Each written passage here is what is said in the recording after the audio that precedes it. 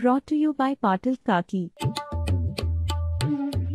गणपती वाय दिवाने उषा माटे की पाटील दाते रामराजे साहेब असतील, रघुनाथराजे असतील, मी स्वतः असेल, खऱ्या अर्थाने आमचं राजकारण चालू झालं ते अपक्ष या नात्याने राजकारण चालू झालं आणि अपक्ष या नात्यानेच रामराजे नगराध्यक्ष झाले. अपक्ष म्हणूनच मी फलटण पंचायत समितीचा सभापती झालो आणि तिथून अपक्ष म्हणूनच राजकारणाला सुरुवात झाली. राष्ट्रवादी काँग्रेस पक्षाची स्थापना झाल्यानंतर 2001 साली स्थापना झाल्यानंतर राष्ट्रवादी काँग्रेस पक्षाच्या मध्ये आदरणीय पवार साहेबांच्या बरोबर जाण्याचा निर्णय त्या ठिकाणी झाला. किंबहुना काँग्रेस एसच्या माध्यमातून रामराजे साहेब पवार साहेबांच्या बरोबरच काम करत होते आणि त्यामुळे साहजिकच आदरणीय पवार साहेबांनी राष्ट्रवादी काँग्रेस पक्षाची स्थापना करण्याचा निर्णय घेतल्यावरती त्या निर्णयामध्ये आपण सर्वजण मुंबईला त्या ठिकाणी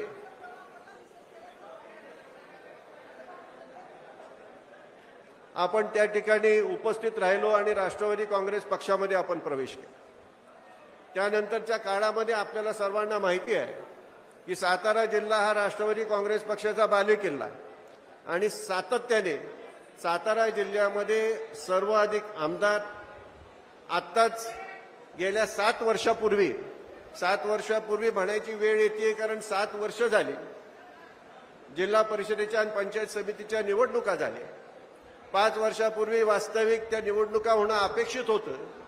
2 वर्ष झाली तरी अजून निवडणुकांचा त्या ठिकाणी पत्ता नाही. त्यामुळे असं म्हणायची 7-7.5 वर्षापूर्वी ज्या वेळेला पंचायत समिती जिल्हा परिषदेच्या निवडणुका झाल्या, आपल्या सर्वांना माहिती आहे की त्या निवडणुकांमध्ये 10च्या 10 तालुक्यांमधले 10च्या 10 सभापती हे राष्ट्रवादी काँग्रेस पक्षाचे होते आणि राष्ट्रवादी काँग्रेस पक्षाचा अध्यक्ष म्हणून जिल्हा परिषदेमध्ये काम करण्याचा सुद्धा योग त्या ठिकाणी राष्ट्रवादी काँग्रेस पक्षामुळेच आला, हे या ठिकाणी मी आपल्याला सांगू इच्छितो. आणि त्यामुळेच ज्या वेळेला काही दिवसापूर्वी राष्ट्रवादी काँग्रेस पक्षाचेच 2 भाग झाले आणि आपल्या सर्वांनाच अत्यंत दुःख झालं. आपण सर्वच त्या ठिकाणी हळहळलो की असं जे घडायला नको होतं ते घडलं. त्या ठिकाणी रामराजे साहेबांनी तालुक्याच्या हिताचा आणि तालुक्यातील घातलेली विकास कामं व्हावीत असा दृष्टिकोन ठेवून त्या ठिकाणी जो काही निर्णय केला आणि आदरणीय अजितदादांसमवेत जाण्याचा तो निर्णय हो. परंतु त्यानंतर आपण पाहिलं की महायुतीमध्ये गेल्यानंतर सुद्धा त्या ठिकाणी अनेक अडीअडचणी आपल्या सर्वांनाच सामोरे आल्या, संघर्ष करावा लागला. स्थानिक पातळीवरती आपण आपला संघर्ष आपल्या परीने तो करत असतो.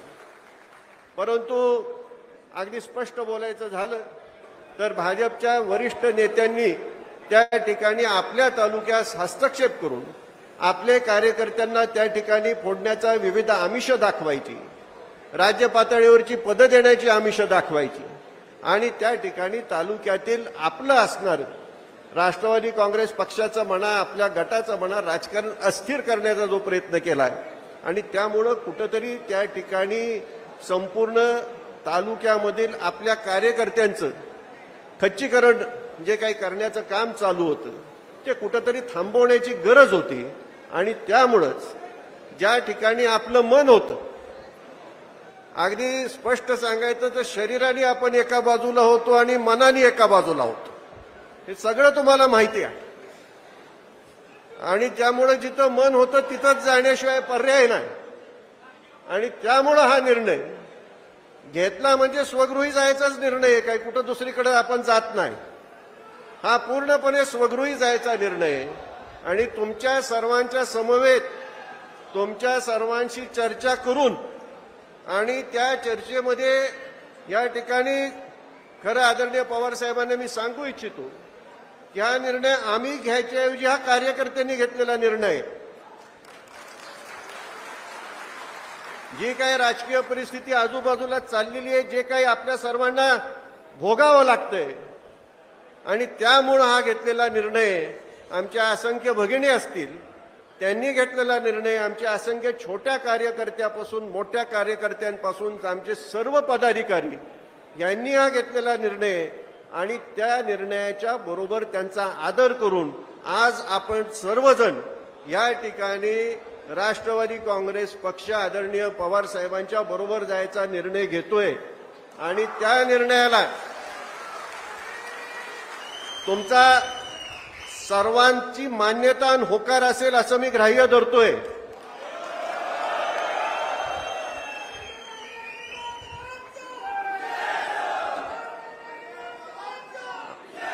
आणि आपण हा निर्णय हा घेतलेलाच आहे असं गृहीत धरून या ठिकाणी मी फार प्रास्ताविक लांबू इच्छित नाही, परंतु मला आपल्याला काही गोष्टी जरूर सांगायच्या.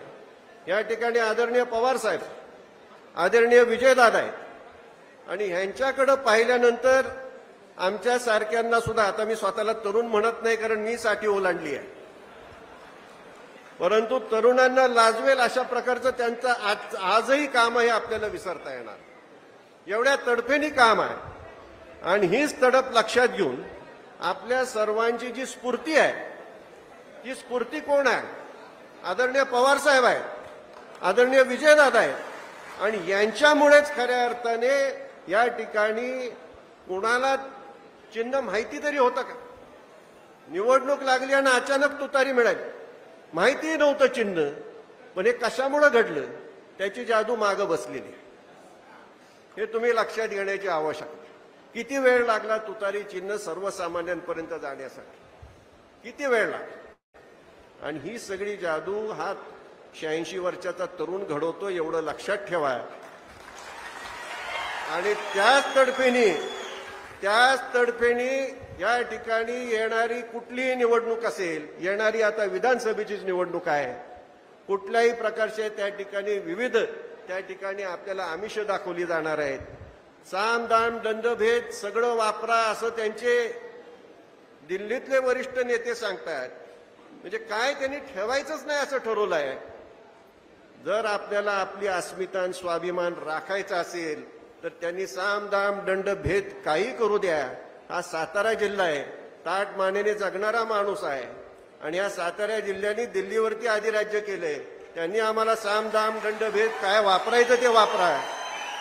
इथला माणूस तुम्हाला कधी नमणार नाही, तो ताट मानेनेच उभं राहणार आणि ताट मानेने उभं राहण्याकरताच आपला निर्णय होतोय लक्षात. कुचंबणा इथं आमची होते, कुचंबणा आमच्या नेत्यांची सुद्धा त्या ठिकाणी वरती होती. कोणी काही बोललं तरी आपल्याला सहन करावं लागतंय. तुम्हालाही कल्पना आहे, तुम्ही आता सोशल मीडिया आहे, टीव्हीवरती पाहताय, सर्व स्रोत आहे, कोणाची त्यांनी ठेवायचं ठेवलंय. कोणीतरी एकाने बोलायचं, त्याच्यावर कोण काही त्याला बोलत नाही. दादा सुद्धा आमचे नेते, त्यांच्यावरती कशा प्रकारचे आरोप प्रत्यारोप होत आहेत, कशा प्रकारे त्यांच्यावरती विखारी टीका होती हे आपण जाणतो. मग त्यांची तिथं कुचंबणा तर आमची परिस्थिती इथं काय? स्थानिक पातळीवर आमचं आम्ही सांभाळायला खंबीर आहोत, पण तुमचे वरिष्ठ नेते सातत्याने या ठिकाणी वेगळ्या प्रकारचं राजकारण करू पाहत असतील तर त्यांना त्या ठिकाणी थांबवावं लागणार आहे.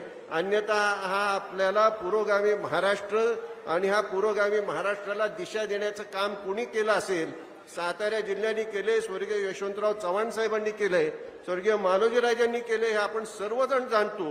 हा महाराष्ट्र एका विशिष्ट दिशेने नेण्याचं काम ज्यांनी केलंय त्यांच्या पावलावर पाऊल ठेवून पुढं जायचे का जायचं नाही हा खरा विषय.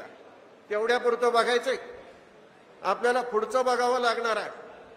आणि पुढचं जर बघायचं असेल तर आज ह्या महाराष्ट्राला नव्हे तर देशाला सुद्धा आदरणीय पवार साहेबांच्या शिवाय पर्याय नाही.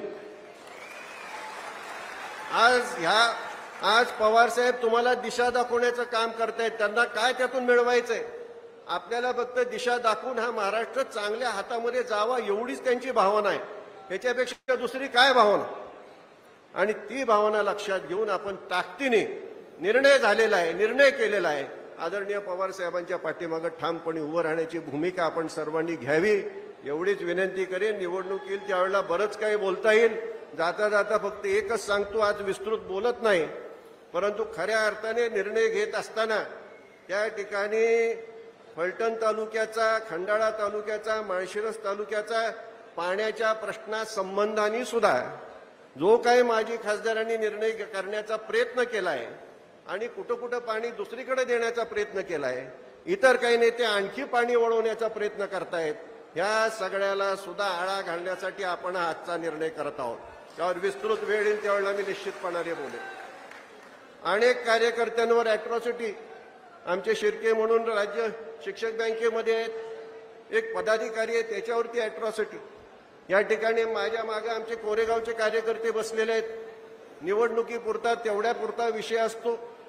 आज एक केस, उद्या एक केस, परवा एक केस, 25 दिवस जामीन मिळू नये म्हणून प्रयत्न खालच्या खाली काही होऊ द्या, पण वरतून गृहमंत्र्यांकडून त्या ठिकाणी फोन येतात, गृहमंत्र्यांकडून सूचना येतात.